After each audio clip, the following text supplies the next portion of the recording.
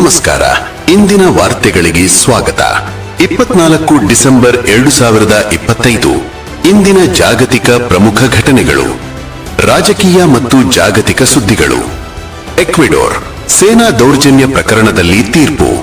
ಎಕ್ವೆಡೋರ್ನಲ್ಲಿ 4 ಮಕ್ಕಳ ಬಲವಂತದ ನಾಪತ್ಯ ಪ್ರಕರಣದಲ್ಲಿ 11 ಸೈನಿಕರಿಗೆ 34 ವರ್ಷಗಳ ಶಿಕ್ಷೆ ವಿಧಿಸಲಾಗಿದೆ.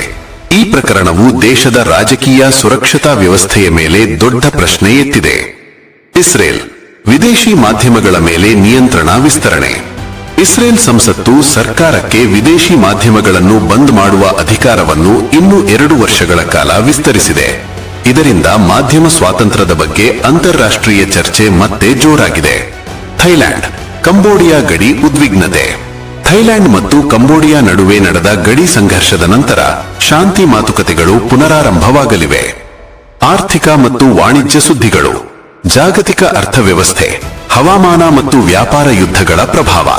2025ರಲ್ಲಿ ಜಾಗತಿಕ ಅರ್ಥವ್ಯವಸ್ಥೆಯನ್ನು ವ್ಯಾಪಾರ ಯುದ್ಧಗಳು, ಇಂಧನ ಉದ್ವಿಗ್ನತೆ ಮತ್ತು ಎಐ ಏರಿಕೆ ಹೆಚ್ಚು ಪ್ರಭಾವಿಸಿದೆ ಎಂದು ವರದಿ ಹೇಳುತ್ತದೆ. ಪಾಕಿಸ್ತಾನ ಸೌರ ಕ್ರಾಂತಿ.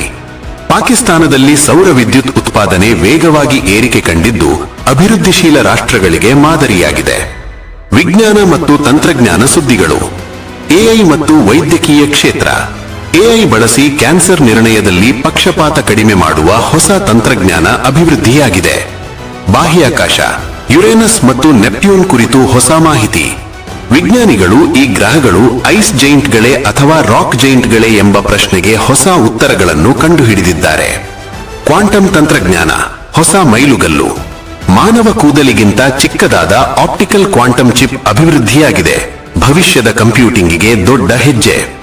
ಭೂಗೋಳ ಮತ್ತು ಇತಿಹಾಸ ಸಂಬಂಧಿತ ಸುದ್ದಿಗಳು. ಹವಾಮಾನ ಬದಲಾವಣೆ, ಜಾಗತಿಕ ಕಾನೂನು ಚರ್ಚೆ. ಹವಾಮಾನ ಬದಲಾವಣೆಯಿಂದ ಸ್ಥಳಾಂತರಗೊಳ್ಳುವ ಜನರಿಗಾಗಿ ಹೊಸ ಜಾಗತಿಕ ಕಾನೂನು ಚೌಕಟ್ಟು ಅಗತ್ಯವೆಂದು ತುವಾಲು ಸಂಶೋಧಕರು ಹೇಳಿದ್ದಾರೆ. ಬ್ಲ್ಯಾಕ್ ಪ್ಲೇಗ್ ಹೊಸ ವೈಜ್ಞಾನಿಕ ಸುಳಿವು. ಒಂದು ಪುರಾತನ ಜ್ವಾಲಾಮುಖಿ ಸ್ಫೋಟವು ಯುರೋಪ್ನಲ್ಲಿ ಬ್ಲ್ಯಾಕ್ ಪ್ಲೇಗ್ ಹರಡುವಿಕೆಗೆ ಕಾರಣವಾಗಿರಬಹುದು ಎಂಬ ಹೊಸ ಅಧ್ಯಯನ ಪ್ರಕಟವಾಗಿದೆ. ತಂತ್ರಜ್ಞಾನ ಮತ್ತು ಭವಿಷ್ಯದ ಆವಿಷ್ಕಾರಗಳು. 2025ರ ಪ್ರಮುಖ ತಂತ್ರಜ್ಞಾನ ಟ್ರೆಂಡ್ಗಳು. WEF ವರದಿ ಪ್ರಕಾರ ಕ್ವಾಂಟಮ್ ಸುರಕ್ಷತೆ, ಸ್ಪೇಷಿಯಲ್ ಕಂಪ್ಯೂಟಿಂಗ್, ಉಪಗ್ರಹ ಆಧಾರಿತ ಹವಾಮಾನ ಆಹಾರ ಭದ್ರತೆ ಮತ್ತು ಡೀಪ್ ಟೆಕ್ ಎನರ್ಜಿ ಪರಿಹಾರಗಳು ಇವು 2025ರಲ್ಲಿ ಜಗತ್ತನ್ನು ಬದಲಿಸಿದ ಪ್ರಮುಖ ತಂತ್ರಜ್ಞಾನಗಳು. ಭಾರತ ಮತ್ತು ರಾಷ್ಟ್ರೀಯ ಸುದ್ದಿಗಳು. ತಮಿಳುನಾಡು ಎನ್ಡಿಎ ಸೀಟ್ ಹಂಚಿಕೆ ಮಾತುಕತೆಗಳು ಆರಂಭ. ಪಿಯೂಷ್ ಗೋಯಲ್ ಮತ್ತು ಎಡಪ್ಪಾಡಿ ಪಳನಿಸ್ವಾಮಿ ಎನ್ಡಿಎ ಸೀಟ್ ಹಂಚಿಕೆ ಮಾತುಕತೆಗಳನ್ನು ಅಧಿಕೃತವಾಗಿ ಆರಂಭಿಸಿದ್ದಾರೆ. ದೆಹಲಿ ವಾಯು ಮಾಲಿನ್ಯ ಚರ್ಚೆ. ದೆಹಲಿ ಲೆಫ್ಟಿನೆಂಟ್ ಗವರ್ನರ್ ವಾಯು ಮಾಲಿನ್ಯ ನಿಯಂತ್ರಣದ ಬಗ್ಗೆ ಡಬಲ್ ಸ್ಟ್ಯಾಂಡರ್ಡ್ಸ್ ಬಗ್ಗೆ ಪ್ರಶ್ನೆ ಎತ್ತಿದ್ದಾರೆ.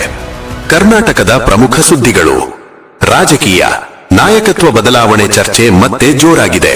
ಮುಖ್ಯಮಂತ್ರಿ ಸಿದ್ದರಾಮಯ್ಯ ಮತ್ತು ಉಪಮುಖ್ಯಮಂತ್ರಿ ಡಿಕೆ ಶಿವಕುಮಾರ್ ಡಿಸೆಂಬರ್ 24ಕ್ಕೆ ದೆಹಲಿಗೆ ಭೇಟಿ ನೀಡಲಿದ್ದಾರೆ. ಇದರಿಂದ ರಾಜ್ಯದಲ್ಲಿ ನಾಯಕತ್ವ ಬದಲಾವಣೆಯ ಊಹಾಪೋಹಗಳು ಮತ್ತೆ ಬಲಗೊಂಡಿವೆ. ಹವಾಮಾನ. ಕರ್ನಾಟಕದಲ್ಲಿ ತೀವ್ರ ಚಳಿಗಾಲ. ಐಎಂಡಿ ಪ್ರಕಾರ ಬೀದರ್, ಕಲಬುರಗಿ, ಯಾದಗಿರಿ, ರಾಯಚೂರು, ವಿಜಯಪುರ ಜಿಲ್ಲೆಗಳಲ್ಲಿ ತೀವ್ರ ಚಳಿ. ಬೆಂಗಳೂರು ನಗರದಲ್ಲಿ ಮುಂದಿನ 2 ದಿನ ಮಳೆಯ ಸಾಧ್ಯತೆ. ಬೆಳಗಿನ ಹೊತ್ತಿನಲ್ಲಿ ಗಾಢ ಮಂಜು. ಸಂಸ್ಕೃತಿ. ಪಟ್ಟದಕಲ್ ಯುನೆಸ್ಕೋ ಸ್ಮಾರಕಗಳಿಗೆ ಹೊಸ ಬೆಳಕು. ಪಟ್ಟದಕಲ್ ಸ್ಮಾರಕಗಳಿಗೆ ರಾತ್ರಿ ಬೆಳಕು ವ್ಯವಸ್ಥೆ ಸ್ಥಾಪನೆ ಪೂರ್ಣಗೊಂಡಿದ್ದು ಶೀಘ್ರದಲ್ಲಿ ಉದ್ಘಾಟನೆ. ಇವು ಇಂದಿನ ಪ್ರಮುಖ ಜಾಗತಿಕ ಸುದ್ದಿಗಳು. ಅಲ್ಲಮೀನ್ ಟಿವಿಯನ್ನು ವೀಕ್ಷಿಸಿದ್ದಕ್ಕಾಗಿ ಧನ್ಯವಾದಗಳು.